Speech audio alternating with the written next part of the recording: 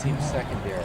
Yeah. That's pretty good. I've heard my girlfriend's dad is real big into, he's kind of aware what's going on, but he's real big into the economics, and he was listening to someone, not Peter Schiff, but someone who's very much like him, saying there's going to be the second Great Depression is going to be later this year.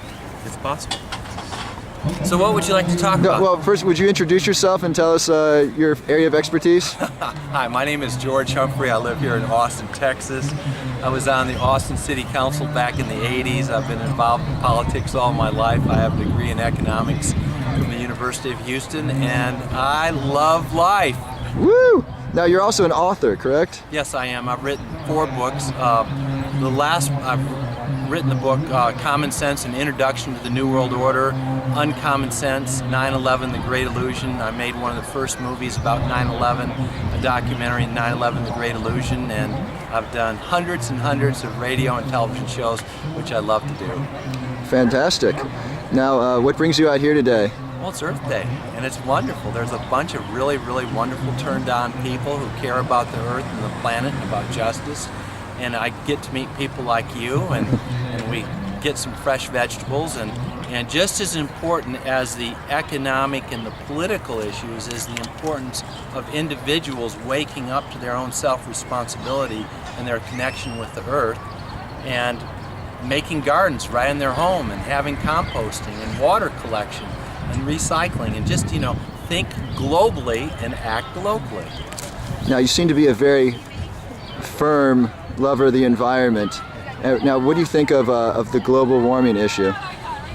Well, yeah, I am a certified tree hugger, and I'm proud of that, and I think anybody who's not is just not paying attention. And the Earth is warming up, there's no question about that. But the information that we're fed is not exactly correct. Now, some of what Mr. Gore has to say is correct. Some of it is correct. But the reality is that every planet in our solar system is also heating up. And the reason is because of the increase of solar flares. And right now, solar flares are at a low, and thus the temperature of the Earth has actually decreased a bit. However, in the next year or so, solar flare activity will increase, and because the Van Allen belt has weakened, there's going to be warming. But there's also another issue that's just as important. The heliosphere, which is the plasma around our solar system, has expanded by 400% in the last 15 years because we're coming into an area where there's more debris, and because of that, more radiation is coming in, and all the planets in our solar system are heating up. So some of this is man-made, and that we have to take responsibility for, and some of this is extraterrestrial. Now, that was a lot of information. How is it that you have such expertise on that, and know that not only is Earth warming, but every planet in the solar system is warming? That's kind of that's important information that we should all have. Yeah, absolutely. It's absolutely essential information, and it's just like 9/11 or Waco or Oklahoma City. It takes individual initiative in reading and talking with people. And most of the information that we get in the American Statesman or on CBS is manufactured information. And so we have to go to the alternative media, and then we have to use discernment, and we need to talk to a lot of people. There is a new book out called Journey into Forever that is one of the finest books about Earth changes that I have read, and it is all backed by scientific information. A lot of the information is coming from the National Institute from Russia, and all of this information about the heliosphere, about our Van Allen belt, about the cycles of solar flares, it is all there, and it just takes one going down the rabbit holes. Wow. Now, you mentioned 9/11. Did you see Catherine Bleich's interview last night on CNN? I did not. They asked her point blank, 9/11, government conspiracy. And she said, I don't know. People should do some research. Well, I mean, for anyone who doesn't understand that 9/11 was an inside job and that the government story is one of the greatest fairy tales ever perpetrated on any culture, you know, what can you say? I can give 50 objective reasons and things that people can look at themselves to show that the government story is absolutely false. There were bombs in the buildings previous to the planes hitting, and the buildings were taken down. Now, there are a lot of educated people that have a real trouble believing that, first of all, the government is capable of doing it, that they're somehow intelligent enough to be able to pull off this farce, and that so many people would be quiet about it. What is one or two things that you think that we can point to and specifically say, first you have to acknowledge this issue, and if you can't explain this, then you have to consider the possibility that something is not right with the government story? Well, first of all, it's not the whole United States government. It's individual units within the government that are acting at the behest of the power elite or the Bilderberg or the Illuminati or whatever you want to call the group that control the political and the economic and the cultural institutions. But in answer to your question, first of all, there were 2 planes and 3 buildings that came down. All we have to do is look at building number 7. And building number 7 came down at 4:30. There were very, very minor fires in the building. It was not hit by any debris. It was not hit by a jet, and it came down all by itself. That is structurally and architecturally impossible. There were bombs in the building. Secondly, all you have to do is take a look at what's called gravity and look at buildings 1 and 2. Buildings 1 and 2 were 1,066 feet high, and according to Newtonian physics, in a free fall, the fastest that they could come down would be in 10.3 seconds. And this is just science. And the north building came down in 10.6 seconds. The south building came down in 9.4 seconds. This exceeds the rate of gravity that a bowling ball would free fall. And of course, people realized there were 144 large steel girders underneath the building holding the building up. They offered absolutely no resistance. The only way these buildings could come down that fast were if there were implosions within the building creating a vacuum to pull the building down faster. And finally, you know, and continuing, there are not 1 or 2, but dozens and dozens of witnesses who've testified that there are bombs in the building. We have pictures of the explosives going off. We have the forensics of the explosives in the building. We have the testimony of the firefighters. I mean, we can go on and on and on. And this is kind of old news, but if people don't understand this yet, then they have to go back. And most people have what is called cognitive dissonance. That is a psychological defense mechanism that we all have. And we all want our government to be good. We all want to believe and trust.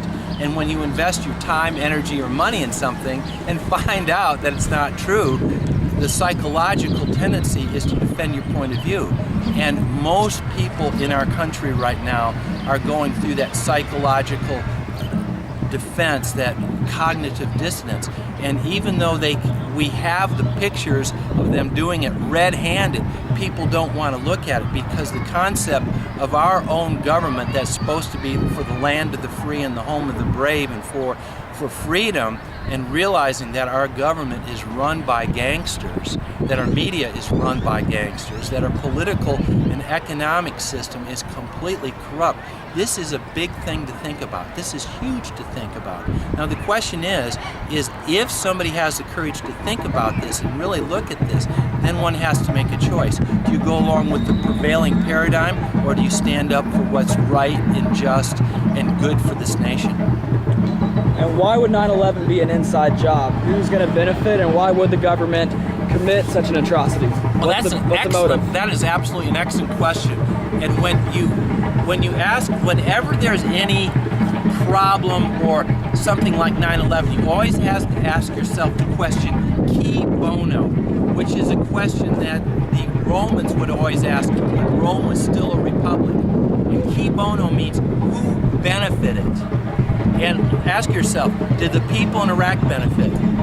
No. Did the people in Afghanistan benefit? No. Did the American people benefit? No. Who benefited? The FBI, the CIA, the NSA all had increases in their budget by over 100%. The military-industrial complex had huge, not multi-million or billion, but trillions of dollars of new spending. The people who want to control the people of this country were able to institute Homeland Security, the Patriot Act, some of the most unconstitutional actions ever in the history of this country, all because the people of this nation were in fear. There's the three things: thesis, antithesis, synthesis, or problem, reaction, solution. And those, what I call the power elite, created this problem. The reaction was fear, and the answer was more control by the power elite. And so quite clearly, those who gained more power from this were the power elite, the Illuminati, whatever you want to call them. Is Barack Obama bringing change? Yeah, he's bringing a heck of a lot of change, but it's not the change that 99% of the people who supported him wanted. Every single one of his campaign promises, he's broken. If you loved Bush, you'll love Barack Obama. 50% higher military spending than Bush even asked for. 57,000 more combat troops in Afghanistan. Nukes being put in Europe aimed at Russia. Not millions or billions, but trillions for the bankers, the very people who created this financial mess and who are the very people who paid for the Obama campaign. More nuclear power. I mean, the list just goes on and on and on. And yes, he is a very fine speaker. Yes, he is very charismatic. But is he a man of the people and for the Constitution? No. Is he a man for the special interest? Yes. So you would say that Obama and Bush work for the same people or are working with the same agenda? Of course they are. I mean, they're two heads of a two-headed snake. And, you know, within the Republicans and the Democratic Party, they fight among themselves. But everything is based upon the pyramid, and only those at the highest levels really understand. And there are many levels above Obama and Bush. But clearly, the people of this country have to understand we do not have a two-party system. We have a system. We have a party system that is a party for the power elite. And there is basically no difference in the leadership between the Republicans and the Democrats. And if you think differently, you're just fooling yourself. What's the quote-unquote end game? The end game is power. It's always been power. And that's the way it's been since the start of man. And quite clearly, 9/11 was the large gambit of the power elite of the Illuminati, and I believe that they went too far. And quite clearly, their philosophy is order out of chaos, and they're creating chaos, completely destroying the economy of this nation, absolutely destroying the economy of this nation. And it's just going to be months or a few years before we see an economic tsunami that really makes 2008 look small. So what do we the people do? Well, doing exactly what you're doing is, first of all, knowledge is power. You know, and most of the people of this country are still in the dark. So we have to talk to them about things that they can understand. And then we have to educate people about the history of what's going on. And we have to increase our numbers, because we have to get a group of people that we can protect ourselves. But just as importantly as all the economic and the political things, we have to take care of ourselves. We have to take care of our health. We need to live in joy. We need to expand our love. We need to expand our circles of community, create community. We have to plant our own gardens. We have to take care of this planet Earth, because the issues that are facing this world are going to make the national issues of the politics and the economy seem secondary in a couple of years from now. Now, you mentioned trillions of dollars for the bankers. Can you be specific about that, how they got that? Yeah, I sure can be. I mean, I've been writing about this for years and years and years. And in 1998, the Glass-Steagall Act, which was passed in the 30s to differentiate between the banks and the financial institutions, was taken away, and that meant that there was just basically an orgy of financial spending and manipulation that was going on, starting with the derivatives. And quite clearly, the toxic derivatives are the 10,000-pound pink elephant sitting in the living room that nobody's talking about. And these things, you take the national debt, you take the trade deficit, you take all these other things, and they're huge. And by themselves, it's enough to sink the ship. But when you put the toxic derivatives into the mixture, it's just a matter of time before this time bomb goes off. And so basically, people need to wake up to the fact that these derivatives out there, they were created from nothing to make huge, huge, huge profits for Goldman Sachs, JP Morgan, AIG, all of these institutions that basically control our Federal Reserve and control our U.S. Treasury.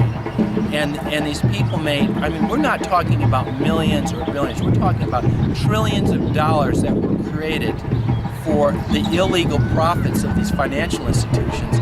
And then when they hit their zenith and came down, and now both Bush and Obama have been bailing them out. Now they say that the TARP money was $776 billion. That's the number everyone says, 700 billion. The actual number of the bailout is closer to $12 trillion. $12 trillion. $12 trillion.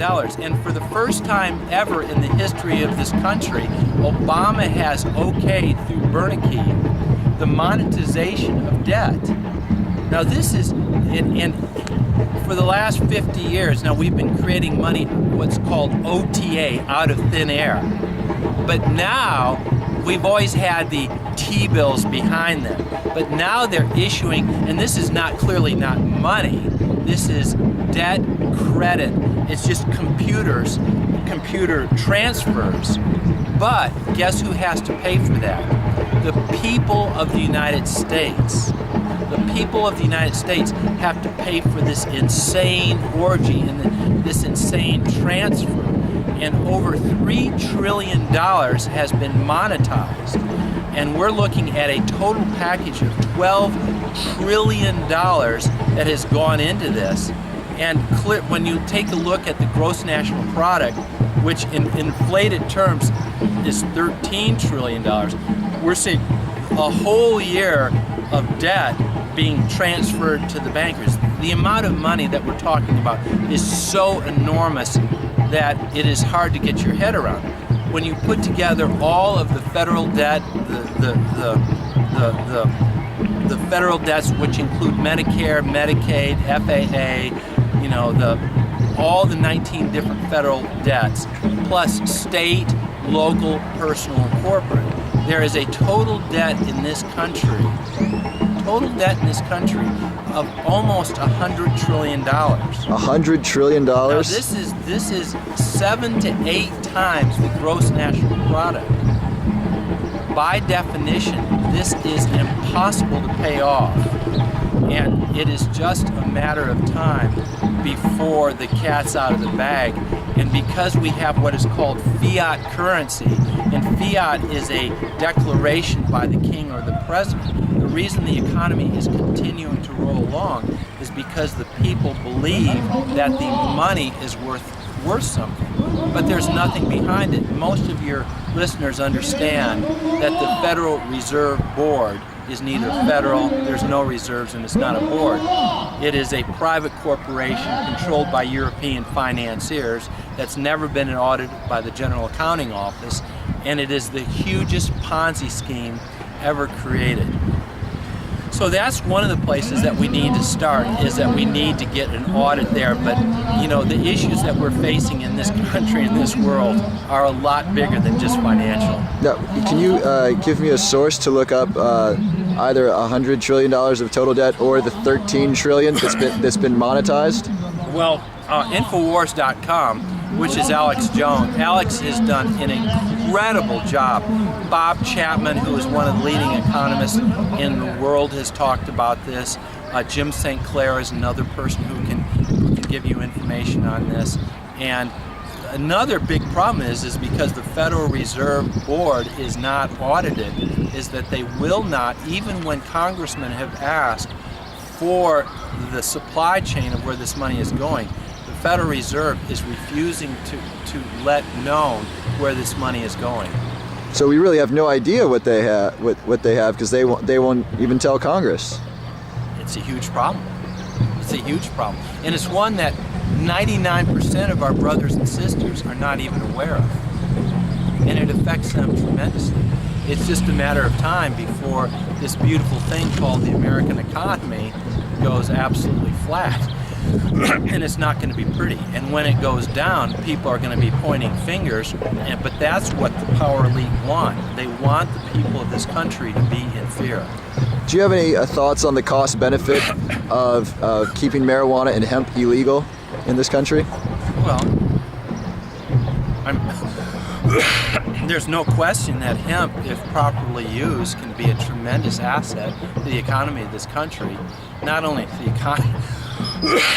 to the economy, but we can make clothes from it, we can make ethanol from it, we can make many, many things at it that's environmentally friendly. Hemp is not just used for marijuana smoking. It can be a huge cash crop, and it's just insane that we're not using it. But of course, the special interests don't want that, starting with the oil companies. Why doesn't oil want us to use hemp? Well, because you can make ethanol from hemp, and they're going to protect their golden goose. So it competes with the energy companies. That's one of many, many, many things that hemp can and does do. Now, what about specifically marijuana, medicinal marijuana, and what that would do for the economy if well, freed up? I don't smoke pot, and I'm open to that. And, if somebody wants to partake in that, that's their choice. And in California, quite clearly, they've been using pot as medicinal marijuana for a long time, and it seems to work very well. And so it's kind of a no-brainer to me. Great. Matt, do you have any other questions? Thank you so much for giving us your time on this lovely Earth Day. It's just isn't it wonderful? It's just wonderful to be outside on this day and see all this. This is just wonderful. Thanks again. Guys. I really appreciate it. No worries. That was wonderful.